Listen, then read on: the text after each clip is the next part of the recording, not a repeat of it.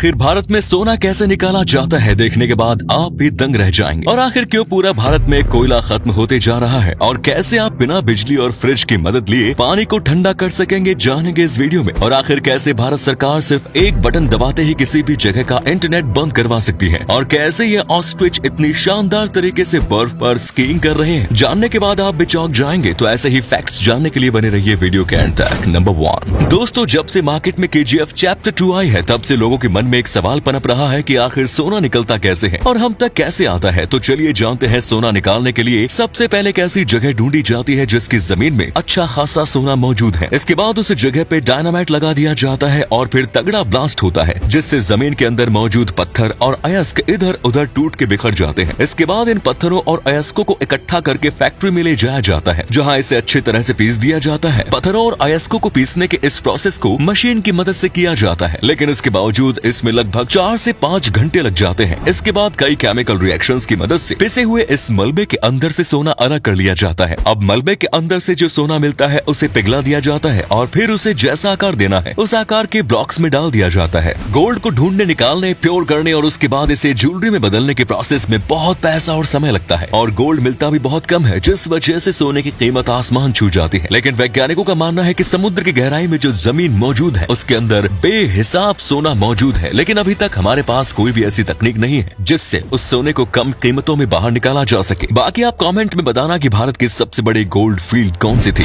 Number 2 दोस्तों, एक बार फिर भारत में कोयले की कमी को लेकर बातें की जा रही है। कोयले की कमी की वजह से पूरे भारत को बिजली की समस्या का सामना करना पड़ रहा है, लेकिन सोचने वाली बात तो ये है कि भारत के पास कोयले की कोई भी कमी है ही नहीं। कोयला उत्पादन करने के मामले में भारत दुनिया का दूसरा सबसे बड़ा देश है और भारत 319 अरब टन कोयले के रिजर्व के साथ भारत दुनिया का 5वां सबसे ज्यादा कोयला रिजर्व रखने वाला देश है। इसके बावजूद भी कोयले की कमी इसलिए हो रही है क्योंकि कोयले का ट्रांसपोर्टेशन सही से नहीं हो रहा। पावर मिनिस्ट्री के मुताबिक देश में बिजली की डिमांड दिन प्रतिदिन बहुत तेजी से बढ़ रही है और बिजली की इतनी बड़ी डिमांड को पूरा करने के लिए बहुत सारे कोयले की जरूरत है, लेकिन इतना सारा कोयला एक बार में ट्रांसपोर्ट नहीं किया जा सकता, जिस वजह से पावर प्लांट्स में कोयले की कमी पड़ रही है। क्योंकि हमारे देश के ज्यादातर पावर प्लांट कोयले पर ही चलते हैं, जिस वजह से कोयले की कमी सीधे सीधे देश में बिजली की कमी को बढ़ावा देगी। नंबर 3 दोस्तों, क्या बिना बिजली और फ्रिज की मदद लिए कड़कती धूप में पानी को ठंडा किया जा सकता है? जी हाँ, बिल्कुल किया जा सकता है, और ऐसा करके दिखाया है यूपी के वाराणसी में रहने वाली आंचल सिंह ने। इन्होंने एक ऐसा सोलर कूलिंग बेल्ट का आविष्कार किया है जो कहीं भी किसी भी समय आपकी बोतल को बिना बिजली के ठंडा कर सकता है। इनके इस आविष्कार में एक थर्मल कूलिंग प्लेट भी लगी है, जिस वजह से धूप जितनी ज्यादा होगी पानी उतनी तेजी से ठंडा होगा। दोस्तों, भारत में टैलेंट की कोई कमी नहीं है और भारत के इस टैलेंटेड लड़की के इस आविष्कार के लिए एक लाइक तो बनता है। नंबर 4 कई बार कुछ कारणों की वजह से सरकार कुछ जगहों पर इंटरनेट बंद करवा देती है, लेकिन मन में ये सवाल तो उठता ही है कि आखिर सरकार इंटरनेट कैसे बंद कर सकती है? उनके पास इंटरनेट बंद करने का कोई बटन होता है क्या? वैसे ऐसा कुछ भी नहीं है। सन 2017 में एक कानून निकला था जिसके अनुसार स्टेट गवर्नमेंट या सेंट्रल गवर्नमेंट टेलीकॉम कंपनियों को ऑर्डर देकर इंटरनेट बंद करवा सकती है। जब सरकार को किसी जगह का इंटरनेट बंद करवाना होता है तो सबसे पहले सरकार उस जगह के किसी हाई रैंक वाले पुलिस ऑफिसर को इंटरनेट बंद करवाने का एक नोटिस भेजती है। इसके बाद वो पुलिस ऑफिसर उस नोटिस को टेलीकॉम कंपनी तक पहुंचाता है, जिसके बाद टेलीकॉम कंपनीज उस जगह का इंटरनेट बंद कर देती है। नंबर 5 दोस्तों, ऑस्ट्रिच के इस वीडियो को देखिए, कितनी अमेजिंग है ना। ये ऑस्ट्रिच कितने शानदार तरीके से स्कीइंग कर रहे हैं, लेकिन क्या ये वीडियो सच में रियल है? क्या ऑस्ट्रिच स्कीइंग कर सकते हैं? ये सवाल शायद आपको भी अजीब लगे, लेकिन जब 2018 में ये वीडियो फेसबुक पर अपलोड की गई तो कुछ ही दिनों में इस वीडियो पर मिलियंस में व्यूज आ गए, और तब सभी लोगों के मन में सिर्फ एक ही चीज चल रही थी कि क्या ये वीडियो सच में असली है। असल में ये वीडियो एक एडिटेड वीडियो है और ये सभी ऑस्ट्रिच नहीं बल्कि इंसान है। असल में ये वीडियो जापान में टूरिज्म, स्कीइंग और ट्रैवलिंग को प्रमोट करने के लिए बनाया गया था, और ये video Tokyo based ad agency टुकबोट ने साल 2000 में बनाया था। अब इस वीडियो ने जापान में टूरिज्म को बढ़ावा दिया है कि नहीं, इसके बारे में तो नहीं पता, लेकिन इस वीडियो ने लोगों के मन में कतई कंफ्यूजन पैदा कर दिया, और इस कंफ्यूजन को हमने आपके लिए दूर कर दिया, इसलिए एक लाइक तो बनता है।